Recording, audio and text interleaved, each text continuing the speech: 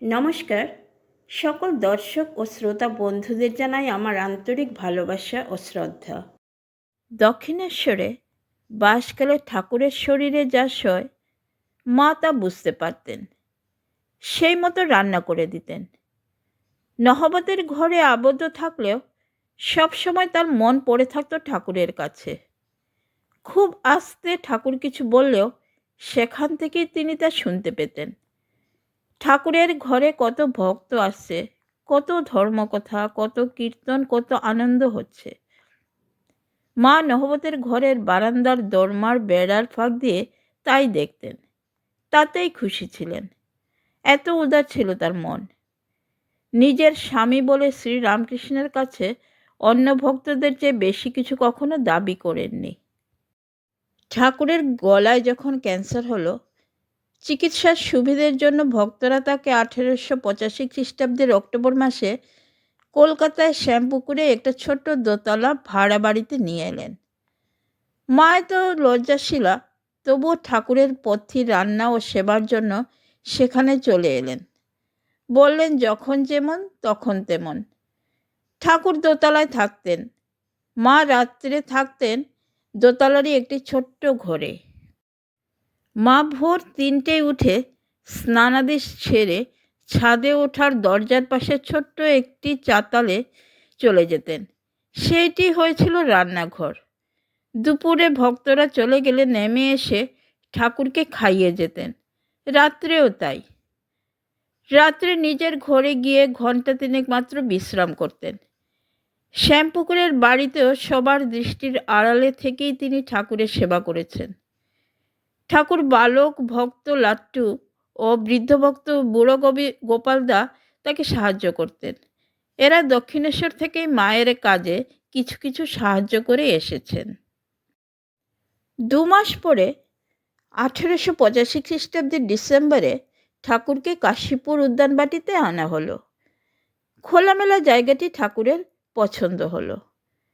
ঠাকুর দোতলার বড় ঘরে থাকতেন, আর মা থাকতেন একতলায় সিঁড়ির পাশে ছোট্ট ঘরটিতে।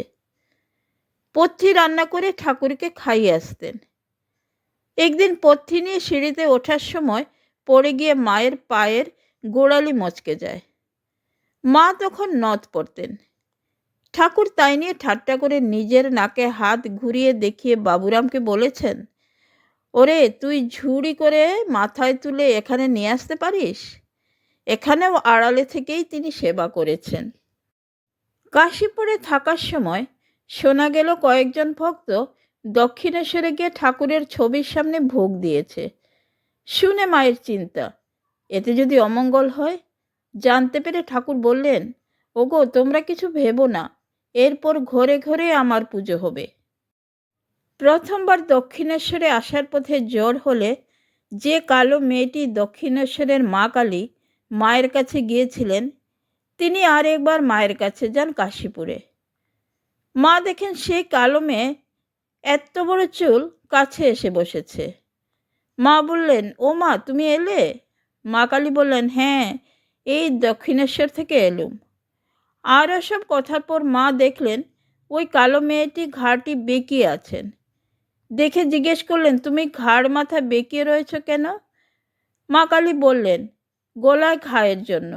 মা বললেন, ও মা, ওর গলায় ঘা হয়েছে, তোমারও হয়েছে? মা কালী বললেন, হ্যাঁ। বুঝিয়ে দিলেন তিনিও ঠাকুর এক। ঠাকুরের অসুখ কমছেই না, বেড়েই চলেছে। মা খুব চিন্তিত হয়ে একবার তারকেশ্বরে হত্যা দিতে গেলেন, কিন্তু কিছুই হলো না। মা সবই জানতেন, তবু মানুষ হয়ে এসেছেন, মানুষের মতো সবই নিখুঁতভাবে অভিনয় করতে হবে তো। ফিরে আসার পর ঠাকুর রহস্য করে বলেছিলেন, কি গো কিছু হলো? কিছুই না। 1886 খ্রিস্টাব্দের 16ই আগস্ট রাত্রি 1টায় শ্রীরামকৃষ্ণের মহাসমাধি হলো, আর ভাঙল না। পরদিন দুপুরে ডাক্তার দেখে বলে দিলেন দেহত্যাগ করেছেন। মা শুনে ঠাকুরের বিছানার পাশে এসে গলা ছেড়ে কেঁদে উঠলেন। কিন্তু কি বলে কাঁদলেন জানো? বললেন, মা কালী গো, কি দোষে আমায় ছেড়ে গেলে গো?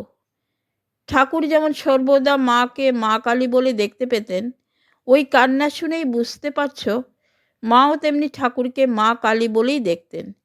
সে কালো মেয়েটি, ও তো তাই জানিয়ে গেলেন। সন্ধ্যাকালে মা বিধবার বেশ ধারণ করতে গেলেন। বিধবেরা তখন কোনো গয়না পরত না, পা না দেওয়া থান কাপড় পরত। ঠাকুরের অসুখ হবার পর দক্ষিণেশ্বরেই মা বেশিরভাগ গয়না খুলে রেখেছিলেন। গায়ে অল্প কিছু ছিল। মা যেই হাত থেকে বালা খুলতে গেছেন, অমনি ঠাকুর তাকে দেখা দিয়ে তার হাত চেপে ধরে বললেন, আমি কি মরেছি যে তুমি স্ত্রীর জিনিস হাত থেকে খুলে ফেলছ? মা আর বালা খুললেন না। এক গাছি হারও গলায় রইল, আর নিজের লাল পেড়ে শাড়ির পাড় ছিঁড়ে সরু করে তাই পরলেন। এরপর মা বরাবর এই বেশেই থাকতেন। নিজের চোখে দেখলেন ঠাকুর রয়েছেন, কাজেই নিজেকে আর বিধবা ভাবেন কি করে? শুধু এবারেই নয়, এরপর ঠাকুর আরও বহুবার মাকে দেখা দিয়েছেন। 5 দিন পর ভক্তরা মাকে কাশীপুর থেকে বলরামবাবুর বাড়ি নিয়ে এলেন। সেখানে 8 দিন থাকার পর ঠাকুরের কয়েকজন স্ত্রী ভক্ত এবং লাটু মহারাজ, যোগীন মহারাজ প্রভৃতির সঙ্গে 1886 খ্রিস্টাব্দের 30 আগস্ট মা তীর্থযাত্রা করেন। বৈদ্যনাথ, কাশী ও অযোধ্যা ধরে বৃন্দাবন আসেন। বৃন্দাবনে প্রায় 1 বছর ছিলেন। কাশীতে বিশ্বনাথের আরতি দর্শনের সময় ঠাকুর আবার তাকে দেখা দেন এবং তার হাত ধরে সেখান থেকে তার বাসায় পৌঁছে দিয়ে যান। বৃন্দাবনের পথে মা আবার ঠাকুরকে দেখেন। ট্রেনে যাওয়ার সময় জানলার হাত রেখে শুয়েছিলেন। হাতে ঠাকুরের সোনার ইষ্টকবচটি পরা ছিল। হঠাৎ দেখেন ঠাকুর জানলা দিয়ে মুখ বাড়িয়ে বলছেন, দেখো কবচটি যেন না হারায়। মা তখনই সেটা খুলে বাক্সে রেখে দিলেন। ঠাকুরের দেহত্যাগের 4-5 দিন আগে মা যেটি পেয়েছিলেন, তখন থেকেই নিজের হাতে পরতেন। ঠাকুরকে বহুবার দেখলেন, তবু মা বৃন্দাবনে এসে বিরোহিণী রাধার মতো ব্যাকুল হয়ে কাঁদতেন।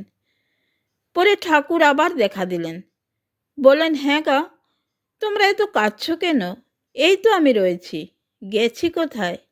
এই যেমন এঘোর আর ওঘোর। এরপর মা আনন্দে বালিকার মতো মন্দিরে মন্দিরে ঘুরে বেড়াতেন।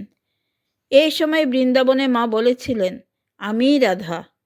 মন্দিরে শ্রীকৃষ্ণের কাছে প্রার্থনা করেছিলেন, কারো যেন কোনো দোষ না দেখি। বৃন্দাবনবাসের শেষাশেষি মা হরিদ্বার গিয়ে ব্রহ্মকুণ্ডে ঠাকুরের নৌকোকেশ বিসর্জন দেন।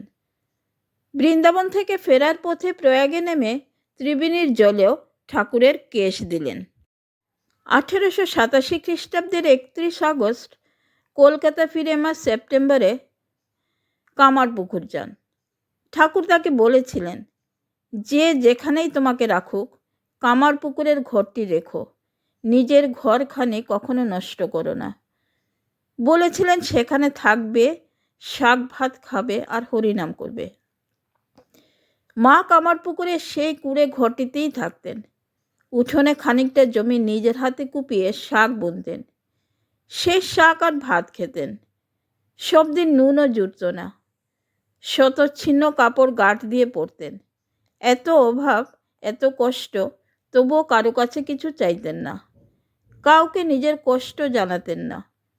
ঠাকুর তাকে বলে গিয়েছিলেন, দেখো, কারো কাছে একটি পয়সার জন্য চিৎ হাত করো না। যদি করো তাহলে তার কাছে মাথাটি কেনা হয়ে থাকবে। পাড়াগা, মা ব্রাহ্মণের বিধবা, অথচ হাতে বালা, গলায় হার, পরনে সরু লাল পেড়ে কাপড়। এই নিয়ে কথা উঠল। মা শুনে এসব খুলে রাখলেন।